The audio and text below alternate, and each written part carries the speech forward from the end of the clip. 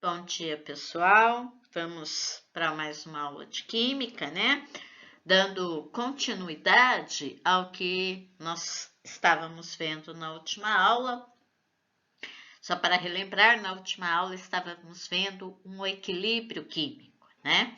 E vimos que uma reação química atinge o seu equilíbrio quando a velocidade da reação direta se iguala com a velocidade da reação inversa. E aí, nessa aula de hoje, queridos, nós vamos falar sobre o deslocamento do equilíbrio. Existem alguns fatores que podem provocar o deslocamento do meu equilíbrio, ou seja, que podem fazer com que o meu equilíbrio vá mais para o lado do produto ou mais para o lado do reagente. Esses fatores são fatores externos, né, que ocorrem no equilíbrio após a reação atingir esse equilíbrio, mas é interessante, principalmente industrialmente falando, no sentido de termos um maior rendimento de produtos, né? Essa questão toda de deslocamento do equilíbrio foi descoberta, o princípio do deslocamento foi feito por um químico francês que é o Le Chatelier, né? O que o Le Chatelier fala no seu princípio? Princípio do deslocamento do equilíbrio, o princípio de Le Chatelier, né? Que quando um sistema está em equilíbrio químico, ele sofrer alguma ação externa, esse equilíbrio vai ser deslocado, como eu falei anteriormente, ou no sentido do produto ou no sentido do reagente, para que a reação minimize esses fatores e volte a atingir o seu equilíbrio químico, tá? Esses fatores, pessoal, externos, são 3 fatores que deslocam o equilíbrio, ok? É a concentração, é a temperatura e a pressão. Então, 3 fatores deslocam o meu equilíbrio: concentração, temperatura e pressão. Presta atenção, muitas vezes há uma pegadinha, né? Catalisador. Ah, Marcia Rita, catalisador é aquela substância química que aumenta a velocidade da reação química. Sim, e ponto. Ela não faz mais nada. Catalisador, ele apenas aumenta a velocidade da reação química, diminuindo a sua energia de ativação, mas ele não vai deslocar o equilíbrio da reação química. Porque assim como aumenta a velocidade da reação direta, aumenta a velocidade da reação inversa. Então, catalisador não desloca o equilíbrio de uma reação química. O que pode deslocar o equilíbrio de uma reação química? Concentração, temperatura e pressão, como vamos ver agora. Concentração, pessoal. Então, imaginem assim, a reação química, eu tenho lá numa balança, sabe essas balanças antigas? Balança de laboratório com 2 pratos. Eu coloquei reagente e eu coloquei produto. Os 2 pratos estão em equilíbrio, né? Atingiram o seu equilíbrio. Se eu adicionar reagente, que fica no prato do lado esquerdo, né? Eu vou descompensar essa balança. E o que eu vou ter que fazer para essa balança voltar a ficar os 2 pratos em igualdade, em condição de igualdade novamente? Adicionar produto, ok? Então, sempre que eu acrescento um reagente, eu desloco o equilíbrio para o produto, que é o sentido oposto do reagente. Até aí, beleza, como vocês veem aqui, né, no slide. Adição de reagentes ou produtos, deslocamento no sentido oposto ao do membro que ocorreu a adição. Então, adicionei reagente, desloco o equilíbrio para o produto. Adicionei produto, desloco o equilíbrio para o reagente. Seria ótimo se fosse isso a resposta. Mas a resposta no vestibular, no Enem, não vai ser assim, pessoal. O que eles vão querer que vocês respondam nessa hora? O equilíbrio foi deslocado para a direita, que é o produto. O equilíbrio foi deslocado para a esquerda, que é o reagente. A resposta que vocês têm que dar para exercícios sobre deslocamento do equilíbrio, só existem duas respostas. O equilíbrio foi deslocado para a direita, o equilíbrio foi deslocado para a esquerda. Ponto. Não é falar deslocou para o produto, deslocou para o reagente. Deslocou para a direita, deslocou para a esquerda. Tudo bem? Eu falei que são duas respostas? Mentira. Tem a terceira. Não desloca o equilíbrio. Catalisador não desloca o equilíbrio. E nem adição de substâncias sólidas. Porque, lembra da aula anterior? Sólidos não entram na constante do equilíbrio, portanto, eles também não interferem no seu deslocamento, tá? Então, se eu tiver adição de um reagente sólido, eu não desloco o meu equilíbrio, tudo bem? E aqui a diminuição, né?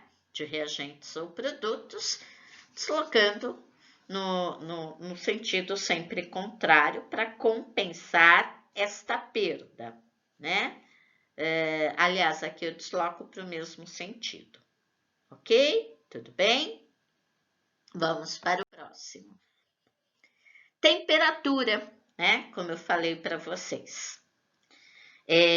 Quando a gente fala em temperatura, no deslocamento do equilíbrio, pessoal, vamos antes fazer uma revisãozinha sobre reação endotérmica e reação exotérmica.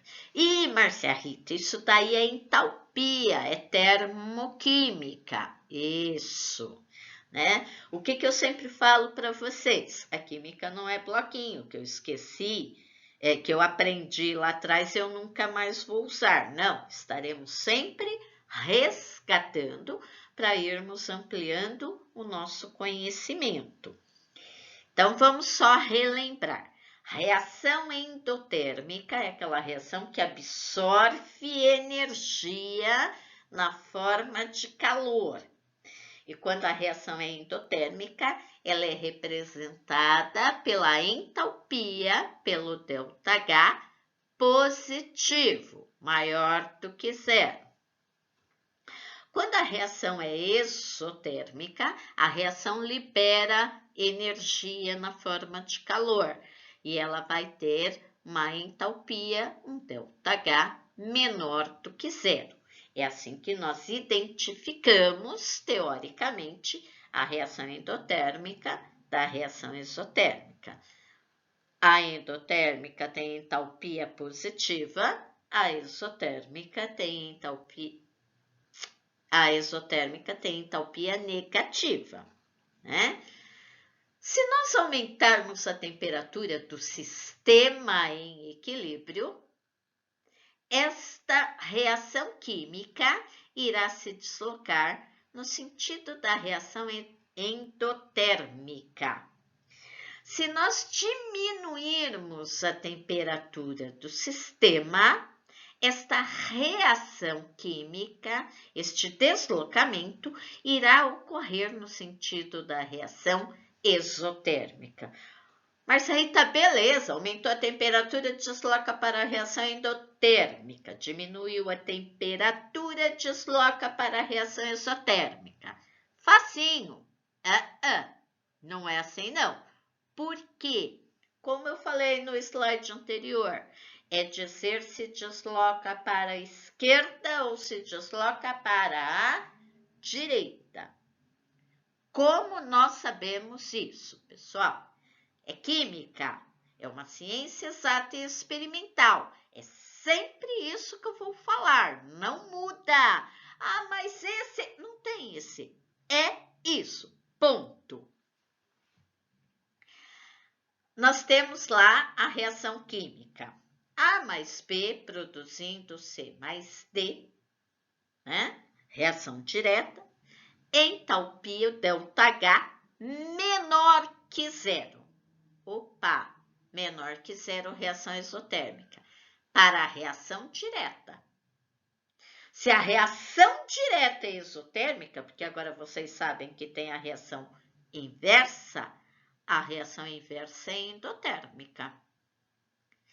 Ah, então é assim que eu fico sabendo? É sempre a entalpia que é dada da reação é a entalpia da reação direta, reagente para produto. Se a entalpia dada da reação é maior do que zero, então a reação direta é endotérmica e a reação inversa é exotérmica. Então, aquela entalpia que é dada da reação é a entalpia da reação direta. Então, se eu aumentar a temperatura, eu desloco para o sentido da reação endotérmica, mas eu tenho que observar se a minha reação endotérmica vai para a direita, que é a reação direta, ou vai para a esquerda, que é a reação inversa, ok? Sempre respondendo, direita ou esquerda. No último slide, eu vou dar um exemplo melhor sobre isso, tá? Aqui tem um exemplo prático da aplicação de equilíbrio químico de bibelô que era usado há anos atrás na casa das pessoas mais idosas. Às vezes eles tinham formato de galo, às vezes formato de uma rosa, né? Veja bem, não é que eram dois bibelôs, não. É um só, tá? Então, você dava de presente lá para a pessoa um galinho, né? Ou uma rosa. E esse bibelô é recoberto com sal de cobalto 2, né?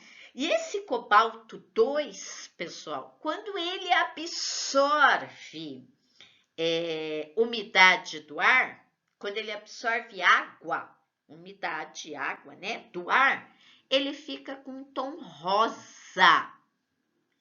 E quando existe pouca umidade no ar, ele fica com um tom azul, né? Porque quando esses sais de cobalto 2 entram em equilíbrio, né? Ou seja, vamos ver então como é que ele funcionava. Num dia friozinho, né? Um dia que estava com a temperatura baixa, chovendo, um dia úmido, o galinho ia ficar com a coloração rosa. Em um dia de verão, temperatura lá fora batendo a casa dos 30 graus, pouca umidade do ar. Esse sal de cobalto vai para o outro lado do equilíbrio, ficando com uma coloração azul. Então, independente aqui, né? O meu galinho, eu olhava de manhã, ele tá rosa. Ih, já vou levar o guarda-chuva porque hoje vai chover. O galinho tava azul. Nossa, vou vestir até uma camiseta regata porque hoje vai bater a casa dos 40 graus. E isso é feito pelo deslocamento do equilíbrio. Baixa temperatura, né? O cobalto, esses sais de cobalto 2 adquirem a coloração rosa. Altas temperaturas, esses sais de cobalto vão atingir a coloração azul e entram num equilíbrio. Esse experimento de troca de coloração, tá, pessoal? Nós vamos fazer no laboratório assim que pudermos voltar para a escola. Né? Isso aqui é um experimento que nós fazemos em sala de aula, não com o galinho. Preparamos a solução e fazemos aí, né, com aumento de temperatura, diminuição de temperatura, com concentração de reagente ácido, de reagente alcalino. Tudo bem? Então, vamos para o próximo, que é a pressão. Quando a gente fala em um sistema em equilíbrio alterado pela pressão, pessoal, todas as substâncias vão ter que estar no seu estado gasoso, ok? Senão eu não consigo fazer esse da pressão, tá bom? Então vamos lá ver como é que fica isso, pessoal. Né? Então é assim, ó, aqui nós temos a reação de produção, reação de síntese do gás amônia, né? Mais conhecido como processo Haber-Bosch. Por que reação de síntese? Dois reagentes, gás nitrogênio e gás hidrogênio, formando um único produto, que é o gás amônia. Todos no estado gasoso. Então, eu consigo aplicar a minha teoria aqui. Eu tenho 1 mol de gás nitrogênio reagindo com 3 mols de gás hidrogênio e produzindo 2 mols de gás amônia, ok? 1 mol com 3 mols vai dar 4 mols, que aqui eu posso chamar de 4V ou 4 volumes, tá bom? Para saber que aqui o volume é 4. 1 mais 3. Olha o balanceamento estequiométrico da reação. E no reagente eu tenho 2 volumes, tá? É só somar os coeficientes estequiométricos. Aqui eu não tenho que somar, então 2. O que nós sabemos já de coisas bem anteriores? Que pressão e volume são grandezas inversamente proporcionais, ou seja, aumentamos a pressão, temos que diminuir o volume, né? Então, se eu aumentar a pressão sobre este sistema em equilíbrio, olha as duas flechinhas, mostrando que o sistema está em equilíbrio. Se eu aumentar a pressão, o que vai acontecer? O equilíbrio vai vir para onde tem menor pressão, que é qual lado? Esquerdo ou direito? É o lado direito da reação. Então, aumentando a pressão, o equilíbrio será deslocado para a direita. Se eu aumentar a pressão, desculpa pessoal, falei errado.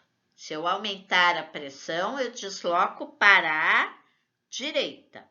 Se eu diminuir a pressão do sistema, eu tenho que deslocar para o maior volume, né? São inversamente proporcionais. Então, se eu diminuo a pressão nesse sistema todinho, eu tenho que deslocar para o maior volume, que no caso está aqui do lado esquerdo, que são os reagentes.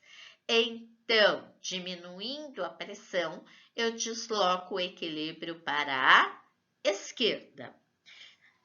Se eu perguntar para vocês, para favorecer o rendimento de gás amônia, eu tenho que aumentar ou diminuir a pressão do sistema.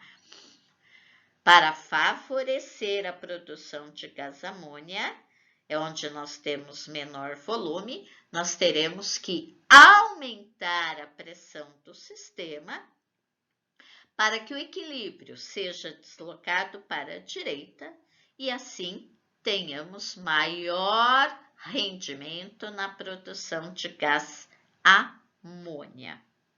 Tudo bem? Pessoal, o que é importante? Tudo isso é muito teórico, vocês viram, não tem conta para fazer, não tem nada. É só teoria. Só que, presta atenção, a resposta não é falar. A reação é exotérmica porque houve diminuição de temperatura. Não, não é assim.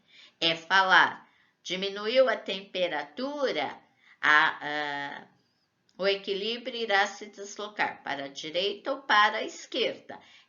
Independente de qual seja o agente externo que vai agir sobre o sistema em equilíbrio, eu sempre tenho que responder se o equilíbrio foi deslocado para o lado esquerdo ou para o lado direito.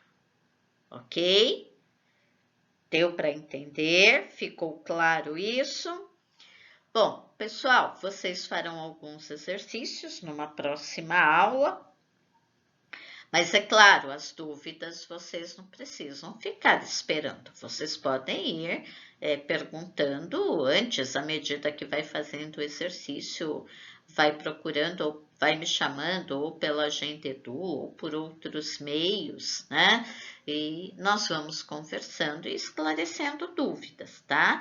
Estamos sempre aí para fazer o melhor. Né? Pelo menos tentamos. Isso vocês tenham a certeza sempre. Tá bom? Tudo bem? E é isso. Então, a aula é só isso. É só a teoria. Não tem cálculo mesmo. E boa sorte a todos na lição. Um abraço.